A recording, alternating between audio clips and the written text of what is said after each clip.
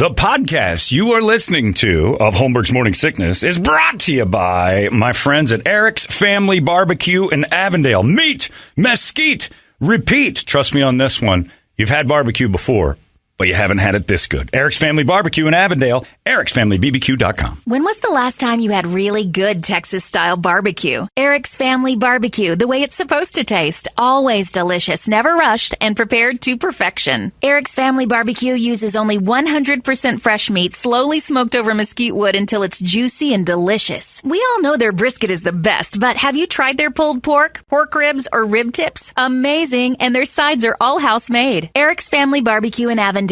Meet, mesquite, repeat. Make the trip. You won't be sorry. Go to ericsfamilybbq.com for more information. Holmberg's Morning Sickness. You've been deceived by an agent of Satan himself. He's evil. Sitting right here. Come on. No, he's not. He's not evil. He's just a bit rude. 98 UPD.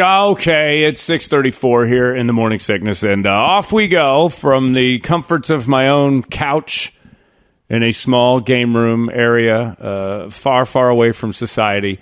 We are ready to go once again. Can't see them, but there they are. They're all in the room doing their thing and enjoying their... How was your weekend? How did everybody else do? Did anyone do anything good? Worried about the COVID the entire time? Everybody tested and did their thing? I haven't tested. I was going to test again today. You haven't tested yet, you jackass? No. I tested once. Oh. I tested once, and I got the negative, but that wasn't good enough for anybody here either.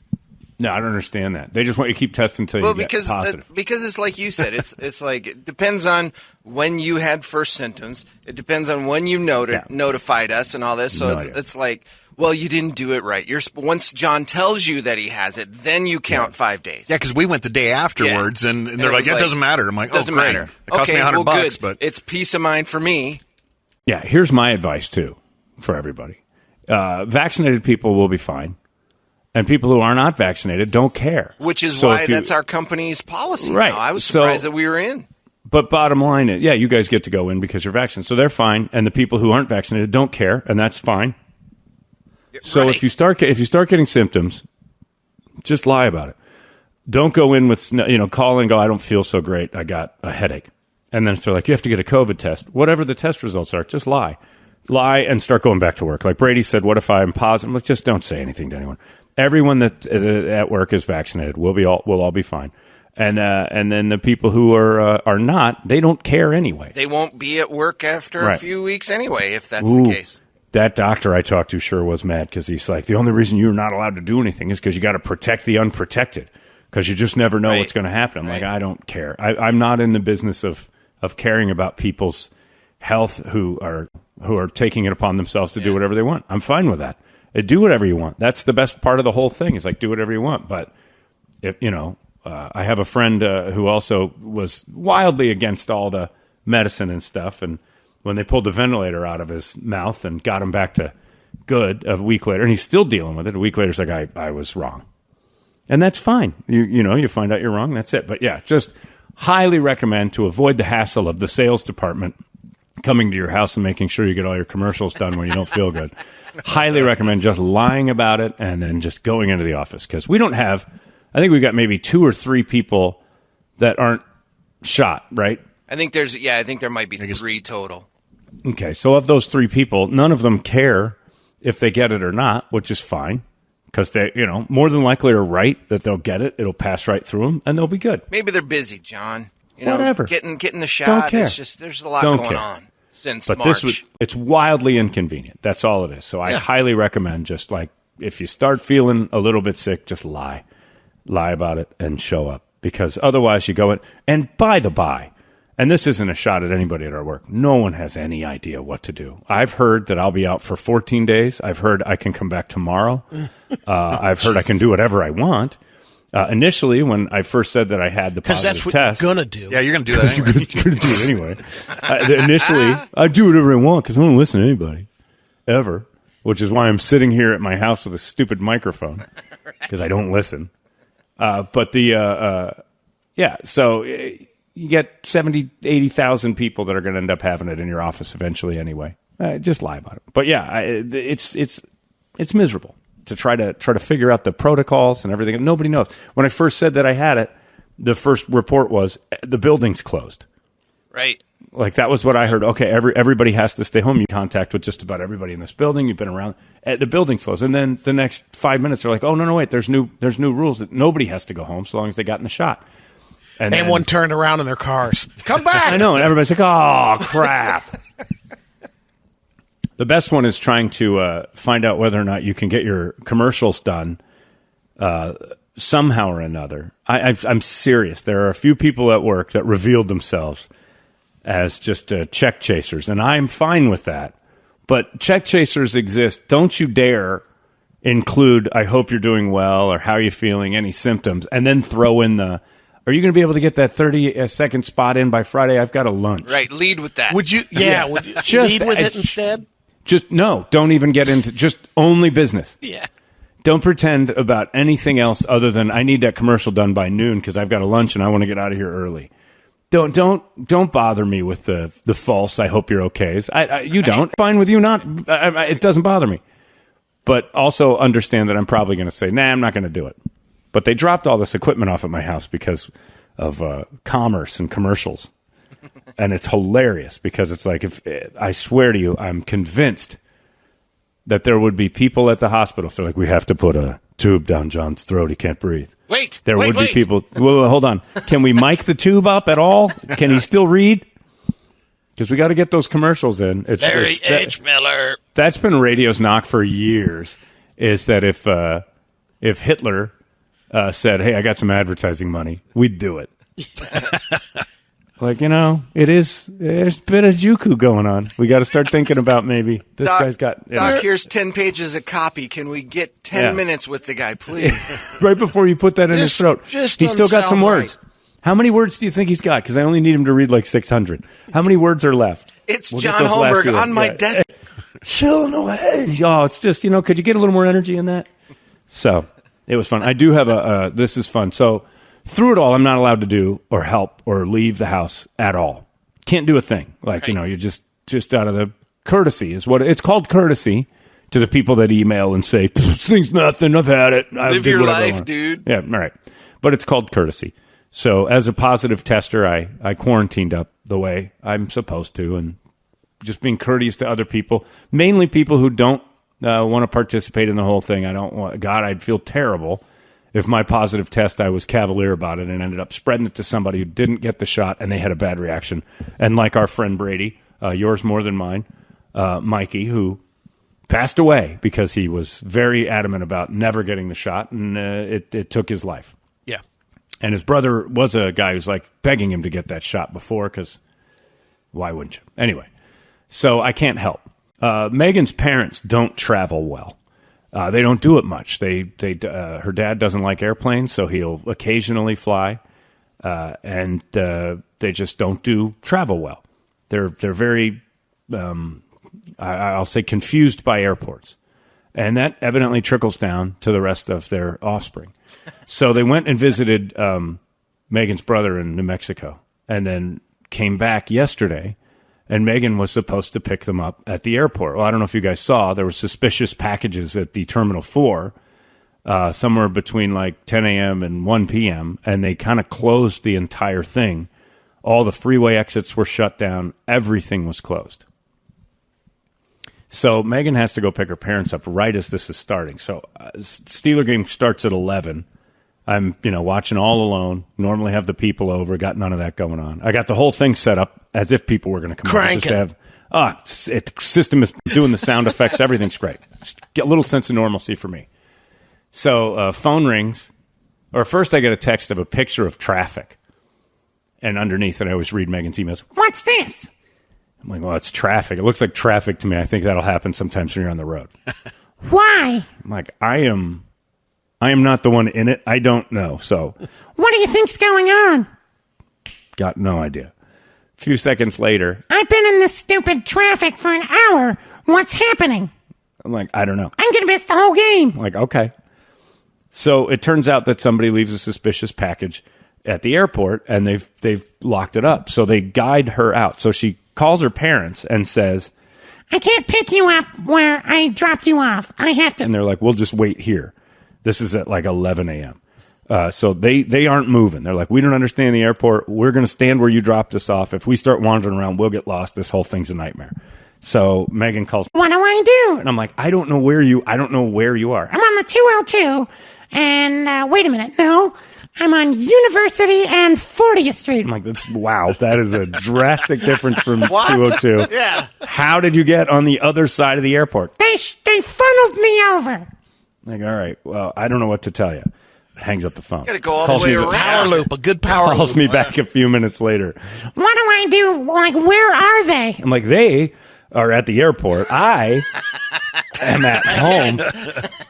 You are in a car looking for them. Like, this is sort of only going to work so long as you put your mind to finding these people. You are now Gollum and they are the Ring. And so she, now it's 12:30. I've gotten about 7 or 8 calls. 12:30 rolls around. It's an hour and a half. These two people are standing probably next to the suspicious package, maybe so still in their movement that they've become a suspicious package. So he's driving around and get another call. Now I'm over on like 24th. And then I'm like, I can't help you. 1 o'clock, 1:45, door swings open to the house. Megan comes in, and I'm like, did you get him? No, I have to pee. Goes to the bathroom. Drove all the way home to pee. And then, what do I do? And I'm like, get your parents. Somehow or another, I became like, I don't know how I did this. I'm like, get your parents to walk through that giant SkyTrain tunnel and try to grab the SkyTrain commuter train over to the parking lot that's on like 44th Street. And I said Van Buren. It's Washington. Yeah. I said Van Buren because I got it screwed up. They'll never find it. I'm like, oh, it's a humongous tunnel in Terminal 4 with the word SkyTrain. I mean, how can you not marvel at the phrase SkyTrain anyway? You're gonna notice the SkyTrain. I mean, if it was the Soul Train, it would be less noticeable than SkyTrain. So finally, she gets the thing and. Tells him you got to go to the SkyTrain, and then she said it will be you walk over there, and then somehow or another I figure that out. So I get another call. How will they know what train to get them? There's one train, and if it goes all the way to the end and they miss it's going back. So just have them listen for the 44th Street exit. That's it just bounces. It's a perpetual motion back and forth machine. It's not going to go take a right. The driver isn't going to lose his mind and take them to Cottonwood. It's not happening. So they figured all that out, and then because I said Van Buren, nobody knew what to do. So it was on Washington. So this thing goes on for literally a flight from Albuquerque to Phoenix, which is an hour and 10 minutes. They stood at that airport from about 10:45 until 2. All right, so taxis aren't running. Everything's shut down. I will say this, like looking online and stuff, they shut the whole thing down. Freeways, all the exits to the freeways. I did suggest Uber, and the response Megan's dad gave was, I don't know how Uber works. And I was like, well, can anybody, and then Megan's like, can you call my parents? I'm like, what am I going to do different? Well, you can walk them through the airport. I'm like, why can't they ask people who work at the airport to walk them through the airport? It got weird. So then the best part of the whole thing was Megan came back. She doesn't even know she said this. And I laughed for 20 minutes when she walked by. And I said, everybody's home? Yep, we got them back. I'm like, that was an ordeal. That their 1 hour trip was a 4-hour nightmare. And she goes, everyone was fine. And she goes, but I hate that airport with every fiber in my being. And I think that might be my favorite phrase of time.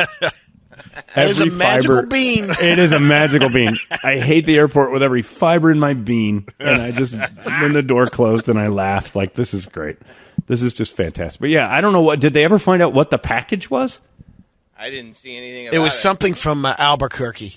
That's what I said. Yeah. I told them, I said, look, your parents, their unwillingness to move from their spot has made them the package. Like, they're the ones that people are like, that's weird. Those people are just standing there for hours on end.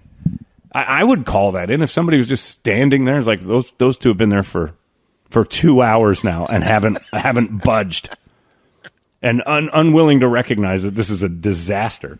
But yeah, people who don't do airports well don't do them well. The only thing I saw yesterday was suspicious package found. There were helicopters. There was full freeway closures. If you were trapped in it, you know. It was a complete mess. But then no follow-up. Yeah, AZ Family, anything on it. I mean, they have it, but there's no ending. There's literally nothing. It was probably some guy who forgot his bag. But that's how they had to shut the whole thing down. And they kept telling everybody, like, there's a thing you can, the airport has a deal on their Twitter or whatever that says you can go to the SkyTrain. The SkyTrain is like, that was frustrating because everybody's to get people to ride the SkyTrain. Just to do the SkyTrain. They'll leave bags laying all over. It doesn't make any sense. But that's going to be our next couple weeks because next week, of course, Thanksgiving, and they're willing to, like, they're on high alert. What it told me was they're on high alert.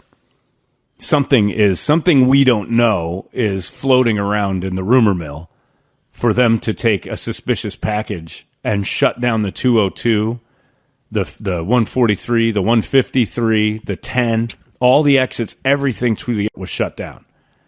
You wonder if sometimes it would be a trial, like a training session that they wouldn't tell you about. Yeah. Well, I'll tell you who failed it. Megan. Yeah. But she found her way home to pee, which I found fascinating. That was, like, of all the places, like, you're down at University and 40th Street, no freeways, and she managed to work her way back past all the closures to get up here to pee. Amazing. Yeah, the airport says is that as of 12:35 p.m., the situation was resolved. Yeah. And no other details forthcoming.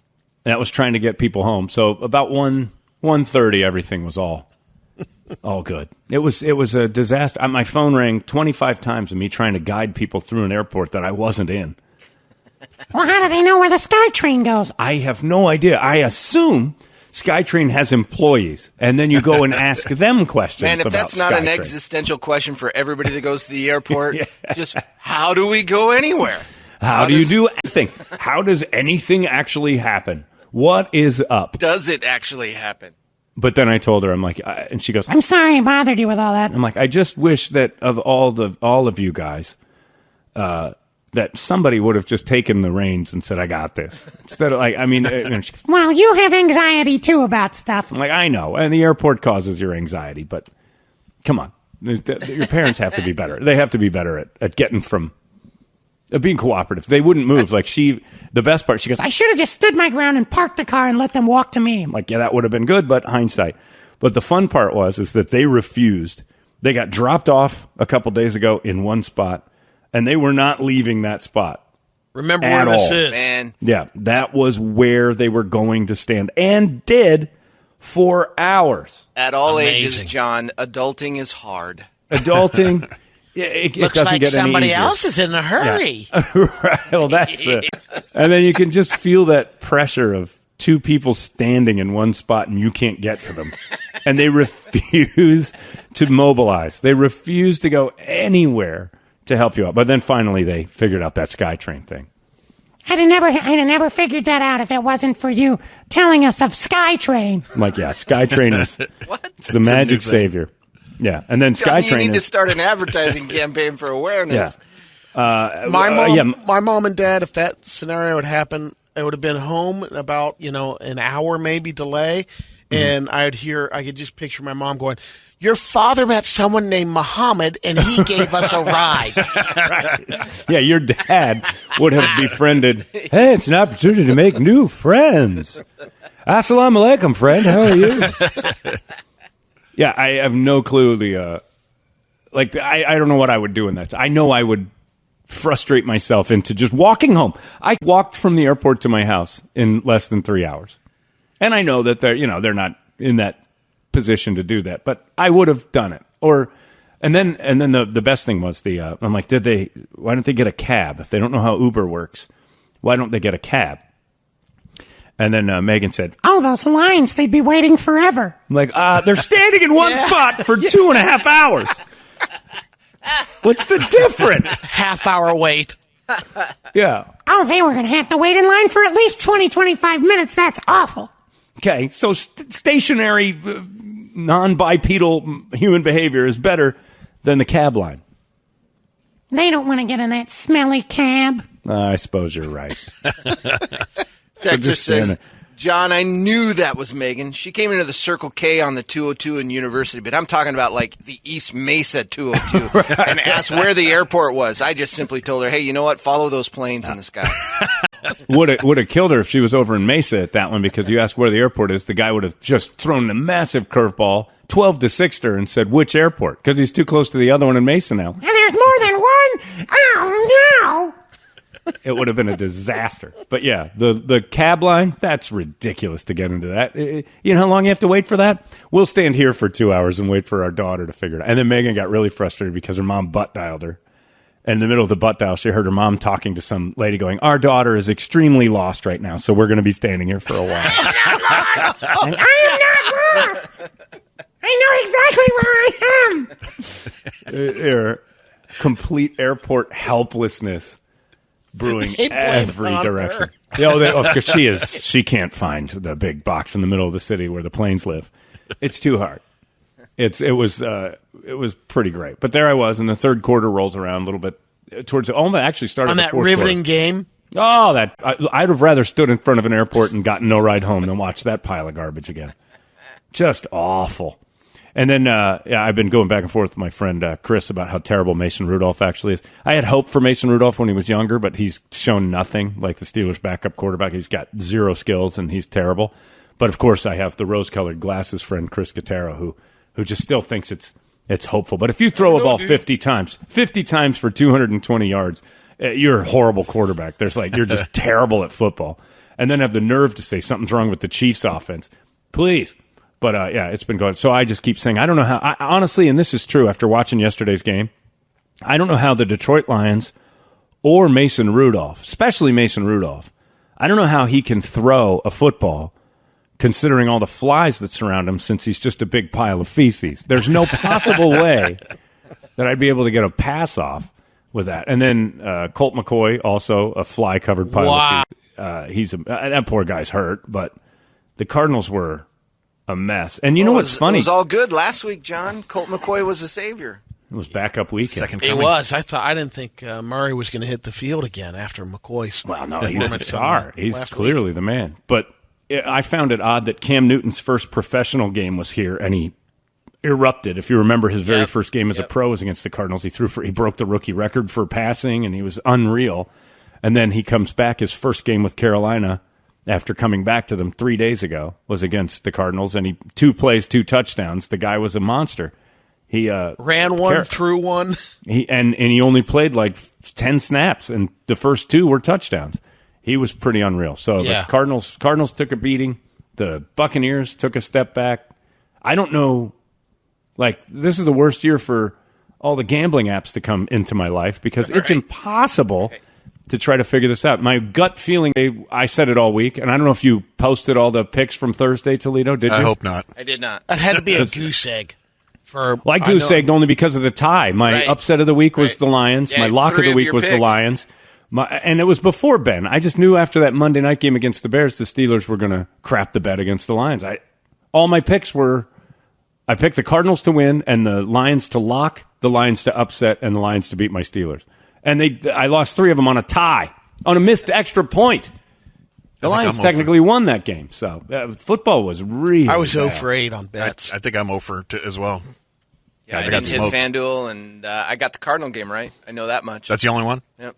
Well, because I called it. Yeah, I think you were the only one, though. We all took Cardinal, Yeah, I don't know who would have taken Carolina. My only other bet would have been Minnesota, because I thought they'd beat the Chargers. I just didn't have the guts to pull the trigger on it. So the ones that I don't have courage on, come through. Yeah, those are the killers, and then the ones I actually do have. But yeah, lost my bet yesterday, and put it even in as the FanDuel bet of the week, is that the Lions would cover, or I was a money line bet, $10 money line bet that the Lions would win. At least gotten the points and covered. Shouldn't that be a push? The tie? Yeah. Oh, you mean on the money line? Yeah, they should just give my money back, right? They return. It is a void bet. Yeah, there you go. I'm looking at it right now. So technically, I didn't lose $10 in the weekly bets, boys. Okay, all right. We'll put the $10 back in your account. I did. I didn't know a tie is a void. I'm like Mush from Bronx Tale when it comes to the FanDuel bets. You are going the wrong way. Yeah, that's not good. And I just got an alert that another person from Astroworld has passed away. Yeah, I saw At that. 11? Yeah, the 9-year-old kid. Good God. How many people are sitting in hospital beds because of Astroworld?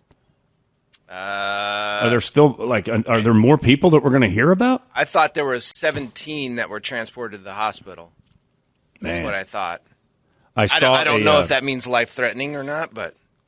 I saw a knee-jerk news story talking about how concerts like that, they'll limit them to like 10,000 people, and then everything else will be virtual. What? Yeah, so they have a new technology now where you can like kind of hologram yourself in through a screen and see, like, so let's say you have a friend who lives in like Columbus. Brady's got buddies in Columbus, and you guys want to go see Dina Menzel or whatever. Yeah. Because that's what I guess. You guys would probably, because Kirby wants to go see the Disney singer. So if Kirby wants it, Kirby gets it. So you have a friend in Columbus who wants to go too, and the whole show is in Dallas, that you can actually virtually go. Like put on the Oculus? Yeah, it is. It's Oculus. And you're in the concert. You're in the and you're crowd. at the facility. That'd be pretty cool. Would it? To who? I think maybe the first time you do it, you'd say, oh, okay, that was cool, but did you feel like you were really there? But what about the band? As far as what? Oh, the reaction of the crowd? Well, if there's no crowd. Well, if you're saying there's 10,000 people if they there? do that, but if they have 10, if you can pull 10 and then have a nationwide desire to be in the virtual crowd, it would be weird. I don't think that that's going to be. But they said that we can't have 50,000 people in one place ever again like that for this very reason. Like these are as bad as the Astroworld thing is, it's fairly isolated that these events occur. I mean, everybody's like, "Oh, it happened with the Who and the Rolling Stones." I'm like, "This was 50 years ago." We don't imagine how many mosh pits we've had over the years. Oh, Ozfest, Slipknot, Yeah. For as often as U-Fest. All of our U-Fests, yeah. Yep. Yeah, as often as we're cramming people into one space, it's pretty isolated that it gets out of hand. You know, that we have tramplings. You don't hear a lot about tramplings. No. In the news. So, and there's concerts constantly. So I'm not so sure, but they were talking about it on the news late Sunday night. I'm watching and they were like, well, what do we do about this? And then they of course brought in the technology aspect of concerts don't ever need to be, with people if we really don't want to, like the poor bands. Although, as we've discovered, there are bands who I'd rather be virtual for than others. Especially if they're going to piss on the people in the crowd. Yes. And a woman peeing is gross because they've got to do that thing with their index finger and their middle finger to make that spray happen. What's the name of the Brass Against. Brass Against, which is a band that does cover songs with brass instruments. Yep. And supposedly they're good. I haven't heard it because when you say brass instruments, I start running the other way. I'm not interested in hearing people play uncool. I like individual trumpet. I like. I don't want to hear a brass band playing rock songs ever. Like maybe one, but I'm not going to go. But and I certainly didn't expect this story to come out of a brass band. But the lead singer started to tell everybody, "One of you mother effers is getting pissed on tonight, and you're going to come up on stage and get pissed on." Like, okay. And then they do another song, and then she's getting a little out of hand. And then, sure enough, somebody actually does kind of volunteer for it, and she follows through, and right there on the stage, pees all over a guy's face. And then the band had to, like, everybody's like, that wasn't necessarily something we expected her to do. Sophia Urista. Yeah, Sophia Urista pisses all over a guy, and then says, good night. They close the show, and the band has to put out a statement, which is absolutely hilarious. It's kind of that, this doesn't really represent us. She got a little out of hand, we think, maybe, is the way that this went. We're not sure. We think this is something she should... Whoa, Jesus, my phone just went nuts. Maybe they said, that's so effing brass, man. Yeah, it's awesome. But, yeah, I don't know. If you say you're going to pee on a crowd member... You're committed. You do it. If you do it multiple times, you're pretty much committed to the whole aspect of, this is something that's going to happen. Here's the other thing. If you watch the video, the guy, the video. he definitely was volunteering for a while. I think he was yelling, pick me, pick me. So he gets picked and then lays down, takes the whole spray. Then he gets up and cups it with his hands and puts more into the audience. You see him spit take, too, out of the mouth. I didn't listen. Brutal. As soon as he allowed her to kind of wad over him, he was committed at that point. He was... There's no going back at that point. You're done. Dude. Nope. You're Yeah. done. two I of don't them- care if it was pre-prepared or not. The guy did it. Yeah. The two of them got in too deep and had to follow through. Yeah, At this they're point, made it's for like each other. it's like faking a seizure. You got to come. You can't just get up and go, "I'm fooling around, folks." It's the same thing like Rachel Dolezal, Jesse Smollett. They started to talk, and the next thing you know, is like, "Oh God, I got to keep this up." Here's the band's Twitter, which is great. It said, "We had a great time last night at Welcome to Rockville." At Welcome to Rockville. Sophia got carried away. That's not something the rest of us expected. And it's not something you'll see again at our shows. Thanks for bringing it last night, Daytona. Yep. That's the one that they deleted, I think, because then they had to do a follow-up after that. They deleted, I forgot, it was another part of it that they got rid of it. But, there's a chance because I guess they're invited to open for Tool on select days. Oh, Awesome. Maynard Wow, would that's love something that. I want to see. Well, That's the a best little part too is bouncy for Tool, though. evidently there was a guy in the crowd who had a can on his head. And in the middle of the show, she said, "Get my man with the can on his head ready because we're going to bring him on stage and I'm going to piss in this mother effer's mouth." Was it like And bozo buckets or what? Yeah, exactly. And the rest, and the rest of the band's like, "Oh, Sophia's being silly. I'm serious, you guys. Get me that guy. Let's do this. And she did it, and she finished. The man scooped some of the liquid on the stage and threw it out into the audience. And then she said, "Security, get him the F out of here. Get the F out of here, man. We're done." Like she enjoyed the experience, and then well, you can't stick around. We're not friends. But the whole thing is in a video if you're interested in watching that. But again, if somebody says I'm going to piss on you, like Take 'em multiple seriously. times, start taking that seriously. At a certain point, don't dare them because when they they do. They're on And another level than you just by attempting it, by saying, I would by allow threatening it. Right, I would allow it virtually. I think that would be fun to have a. You'd hologram yourself in for that. I would very gladly climb on stage if it wasn't actually going to get on me. But So what's worse, this or L7? the L7, Yeah, no I question. agree, And you say it and you make it so we have to tell people what that is. The lead singer of L7 is a woman, and in Phoenix, it was here, What? wasn't it? That was the show remember. Let me here. look. I thought it was up in Seattle area, but I thought it was in Phoenix. I hope it wasn't because maybe it just hit home so much that I just think it's here.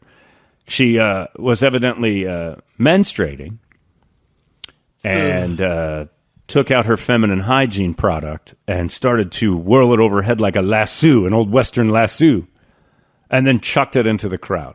And it looked a little bit like a mouse that had just been pulled from a mousetrap. It was used. It was swolled. Yeah, it swelled, and it had a little. It looked like it had been dipped in cherry chocolate. Oh my God! I think my smell just came back. yeah. Oh, my brain just told me what that would have stood. It's copper pennies and poop.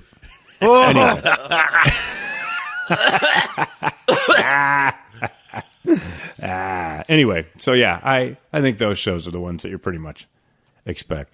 And then the lady then the people that are surprised that that kind of stuff goes on. And then Marilyn Manson's in trouble because he had a soundproof glass box that he called the bad girls room that he would put his dates in if they didn't do what he wanted. Come on. Hey, look, you can't get Marilyn Manson. You can't expect a normal Hallmark movie dating Marilyn Manson. Yeah. He's not allowed to rape you. And all that stuff. But come on with the whole. Couldn't believe Marilyn Manson had. You listen to your date for timeout. Right. If I said to anybody, "Hey, get my soundproof glass box," I have that before you come to my house. Like you walk in and see what is this? Oh, it's my it's the bad girls room. He's gonna tell you about it. That's not something he surprises you with or shoves you in. Like that's it. And he even said, he goes, "Look, Marilyn Manson seems completely unconcerned with the accusations.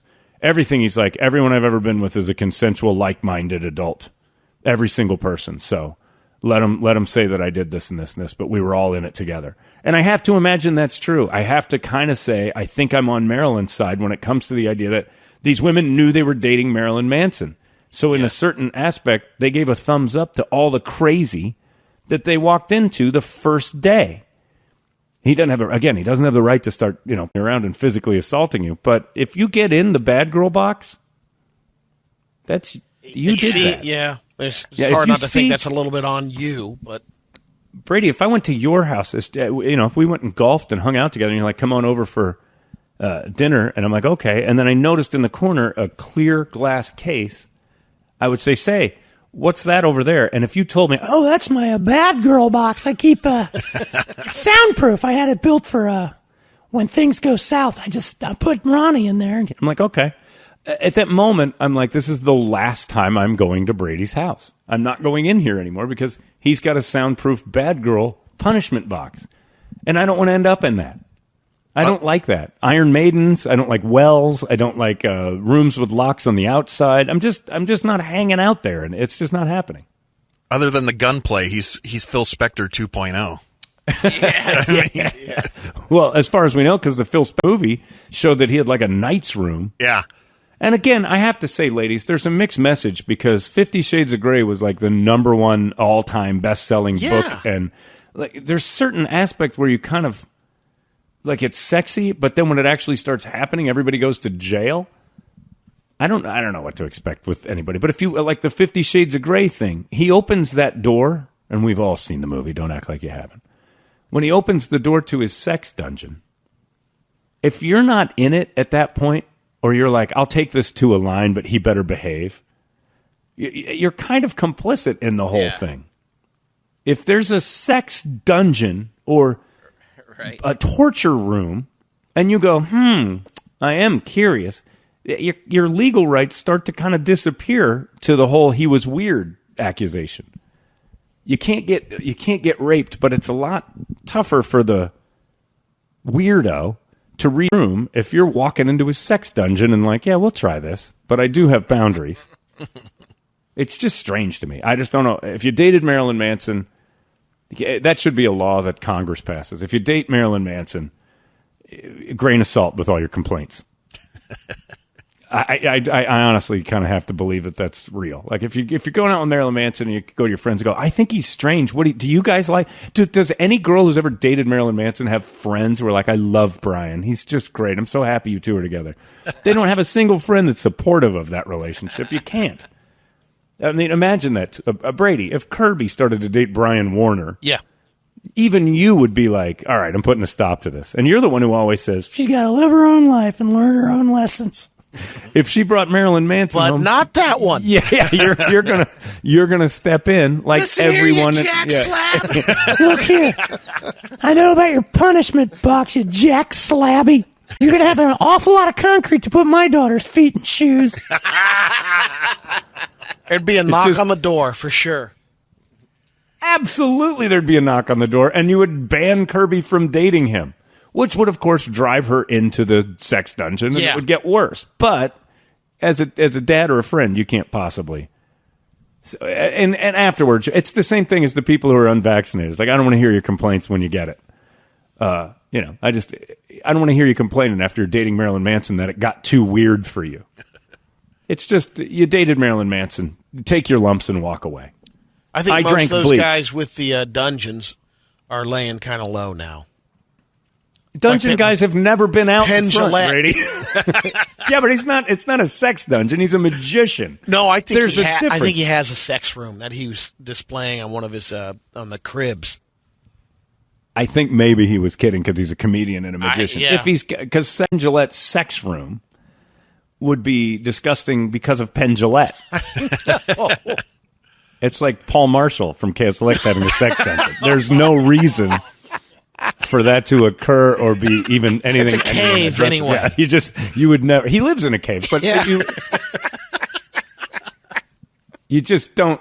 There's just certain people. Sex dungeon guys laying low has been the MO of sex dungeon guy from the beginning of, even in like the 1300s. Yeah, the 1300s, guys. You guys aren't going to believe the addition. I had Aaron from my construction company. They're adding a sex dungeon. Like, nobody says that. It's never on Zillow. It's never in any of the descriptors on Redfin. Sex dungeon available in back room. No, sex dungeon guy keeps that quiet. You stage that room to make people think that you're not nuts. So when you are introduced to the sex dungeon, you then have to switch. Baby room because he was a man baby. He had his own nursery. Baby. That was downtown here, Baby Man. Yeah. Didn't he die? Phoenix Baby Man. He's dead now, right? Yeah. He died of SIDS. Yep. Yeah, he was walking down Central in his outfit and passed away unexpectedly. But yeah, that guy was. But he was out in front because it was an attention grab. Like, that dude was trying to get people to notice him because he had no life skills. So at the age of 40, he decided to dress up like an infant and walk around outside because we used to call that crazy and put those people away. But now you got to treat everybody so normal that a dude can walk around dressed as a baby and everybody's like, oh, he's just expressing himself. I'll never be that person. Spade is a spade, I say. Brett, that's not for you. But it was basically, I look at it and I say, if a dude dressed up as a baby is walking around the streets, he's crazy and he's not for me. And the second I walk into somebody's house and they're like, I'm creating a sex dungeon, even if it's not for me, I'm no longer interested in being around that because I have a feeling eventually that's going to be on the news or he's going to be in trouble. And if you're too good of friends with, that goes for us guys too. If you have a friend with a sex dungeon, stop being friends with him because eventually he's going to call you and you're going to be on the news going, he's normal. It's okay. You can't associate with sex dungeon guy. They're weirdos. It's just not normal. So ladies, if there's a sex dungeon, it may sound sexy, but no dude with one is going to treat you with the respect you want in the end. Sex dungeon guys don't exactly reveal that to even their buddies, do they? I have a respectful dungeon. For feel of being outed. I am 49 and almost 49 and a half years old. None. 49 and a quarter. You're over? I have, in my life, met no one with a sex dungeon. The closest ever was a girl put red light bulbs in her bedroom and called it her sex dungeon. All right. Mirrors healing? No, nothing. Just the red bulbs. And then sheer, like, I guess they were pantyhose that would go over the lamps or something to kind of make the room look different. It's a horrible fire hazard is all it was in the 90s to have that. Right, your people must know some sex dungeon workers. I don't know nothing about that. Nothing about dungeons. Nothing about that. Yeah. Ain't no sex going on in those dungeons, but maybe a hole here and there. You guys can excavate a sex dungeon faster than anybody else. Usually it's just so you have someplace to put the contract work on That's right. I'm just becoming impatient with the idea that Marilyn Manson's former dates are all saying he was too weird for them. Get in the plexiglass box. What do you think's going to happen? You're going to just go to a certain level and Marilyn's like, I'm not taking it any further. He's going to get bored with what you're tolerant of, and he's going to push the boundaries a little more. And you can't just go, all right, Marilyn, that's enough. At a certain point, you're on the Ferris wheel. You're going around and around until it stops, and you're not in control of it. I struggle with anybody's complaints about dating Marilyn. Charlie Sheen was another one when people started getting mad at him. It's like, you're dating Charlie Sheen. Of course there's sex and drugs all over you. You're going to get in trouble for it. You're living that lifestyle. Kirby, you're going to have to break up with R. Kelly. I'm sorry. Dad's got to step in here. And you could even like the guy that Kirby's dating. And then, go to his house not and he's know like the this. background. And then you see the sex dungeon, you're like, all right, this is over. Like, he could be great. It's Can over you the like him second. after that? No. If he's got a glass case, if he's got soundproof anything. Hey, Holmberg, come over here. Check it out. Sit in that for a minute and then scream your head off. Scream. No one can hear you. No one can hear your screams. That's a phrase that all bad guys say. No one can hear your screams. So if there's a room specifically designed to muffle your screams and you get in it, it's on you. That's called, personal responsibility, and you got to keep your eyes on that. Osteen, I'm coming over and picking up my daughter. No more. Hey, Joel Osteen strikes me as a guy that would have a sex dungeon. I tell you what, it's what it is, Brady, is I built it to where God can't see inside here, so this is where I do all my naughty bits. You're blinking way too much. I blink a lot because in my head I can hear the screams of the ladies in my soundproof booth, It's an unbelievable thing. And let's bow our heads. I like to start with a little joke. I had a lady in a soundproof booth once with an oyster in her asshole. I was gonna say I need my beeper. Yeah, you can. I need my beeper. Right, you need to be closer to that button. Oh, I need that button so bad because I want to tell a joke with the C word that I came up with yesterday, with the one the bad C word. Uh-oh. Because I was texting. There's a bad one. There's a real bad one, Brady. Cabbage. Ooh, yeah, that's the one. Ooh, cabbage is the worst word in the world. Does wash more your damage mouth than out good. with soap. God, how can I phrase this? Well, I was texting my friend who still thinks Mason Rudolph has a future, Chris Cotero. He's not bright. And I said, did you see the Steelers have already ruled Mason Rudolph out for next week? I guess he's suffering something called spontaneous bleeding. Like he got hit so hard he's doing that. And Chris fires back. He goes, I didn't see that. And I'm like, yeah, but evidently it happens to him every 28 days because he's a... You're just full of negativity. And I'm like, yeah, I tested negative on Friday or Sunday. That's the best response. So I'm full of negative. Everybody said I always needed to be more positive. I was the negative for 4 test results. Yeah, I was positive for 4 days, and all I did was sleep. Negative works out better for me. I like this form better. Bert, what's in the big board of musical stuff? Wake Up Song brought to you by our buddies over there at Action Ride Shop on Gilbert Road in Southern. Check them out at Action Ride Shop on all the socials and actionrideshop.com. They got stock is updated there so you can see what kind of new bikes they got in, boards, bindings, everything, getting you guys ready for the winter. But let's see here. A lot of stuff for you. So we got saliva, your disease, spine shank new disease, bear tooth disease, Skinner that smell, Skindred sicker, Kiss lick it up. Let's see here. Ramones, you sound like you're sick. Calm before the storm. The boys are back in town for your triumphant return. That's right. Drink to the dead, curl the burl, and whiskey in the jar. Well, since you have them in front of you, I'll let you choose. I got an email from our funniest listener, Scott Haynes, who evidently he said, I think I had COVID as well from your symptoms. I slept for 18 hours, too, and then realized that I had left my computer on Brady's Instagram page. Yeah, that's true, Scott. That'll do it. That's the exact same thing.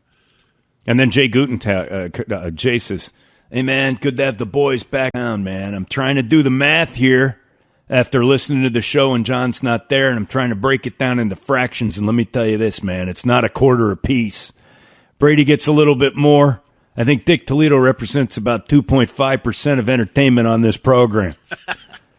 Then she says, no disrespect. Right. I know. Right. That means it's always the qualifier. That's like no offense. Yeah, no offense. You're always offending someone after that. Hey, no offense, and hopefully this doesn't hurt your feelings, but you're fat. No offense. I said no offense. What she's saying is that without you, Toledo, the show still clips along at a 97.5%. Right. Wow. No disrespect, man. Just truth. I turn into the show every day, but it appears 98 KUPD's broken up with me, man.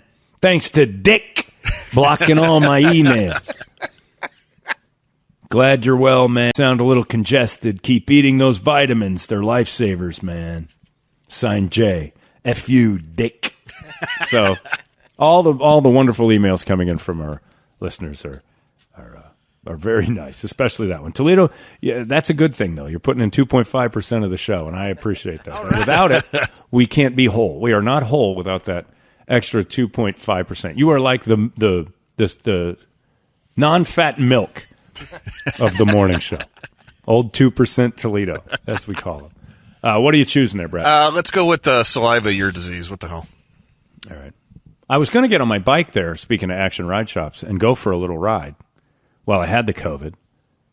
I don't know if that's okay or not. Is it?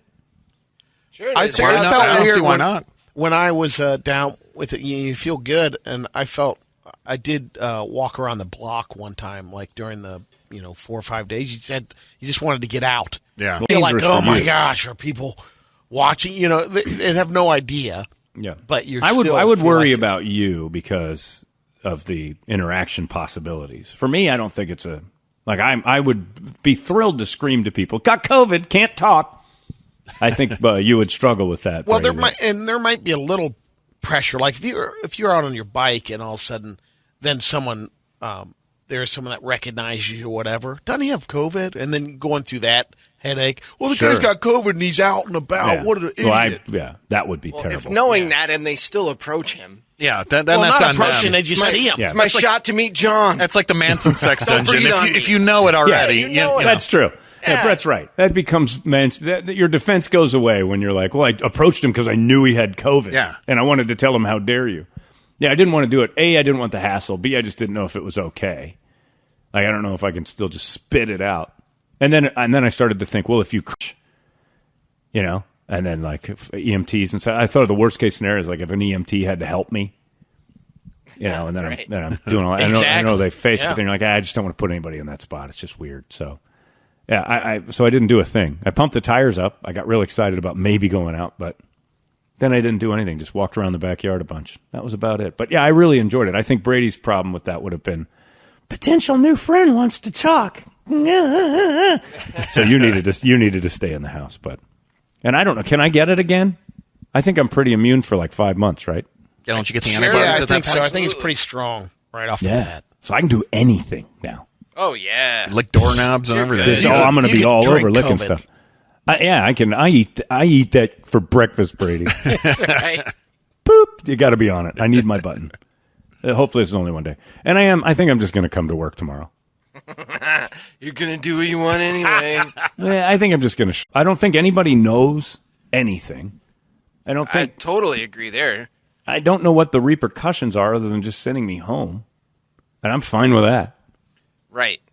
But who's even there until 9? Well, people down the hall will be freaked out. Yeah, but like what Brett said, I've got it, so don't approach me or you're doing the sex Stay dungeon away. thing. Yeah, but it's your then fault. that's on you. You can't go anywhere other than this little finger of the building.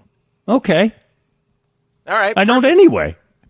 When am I wandering off? You go down to your office. You go to the vending machine. See, that's the killer for you. You can't go So to I the won't kitchen. for a couple days. There you Or go. I will. I'll do whatever I want. You saw the email. I'll do whatever I want. If I need some M&Ms, I'll go get them, and then I'll just spray Lysol all over the place. I'm pretty sure it's all over. But yeah, the negative tests and all those home tests and stuff are fantastic. Got loads of them. And anybody that has a complaint about that, because both sides, you took a home test and said negative, and you took one. The very same test. It like you can't pick your battle. So highly recommend getting those things. They're easy. Just follow the directions. That's Dexter it. says, John, how do I get repercussions for this? I have a sexless dungeon, also known as my marital bedroom. Yeah, and again, where's my reparations? if you were to go to a lawyer and say, look, I got married, I've been married for a long time, and we don't have sex anymore, you don't have a valid complaint. You got married. You knew that was a thing. It's the same as Marilyn Manson's sex dungeon. You know what's going to happen next once you get married. It's a fact. Anyway, yeah, sexless marriage, that's not a complaint. That's called marriage. It's just what it is. Women hate it. Hey, it's not weird. It's pretty cool, actually. No membership fee. I have heard enough of this. You've been listening to Holmberg's Morning Sickness Podcast, brought to you by our friends at Eric's Family Barbecue in Avondale. Meet, mesquite, repeat. Eric'sFamilyBBQ.com.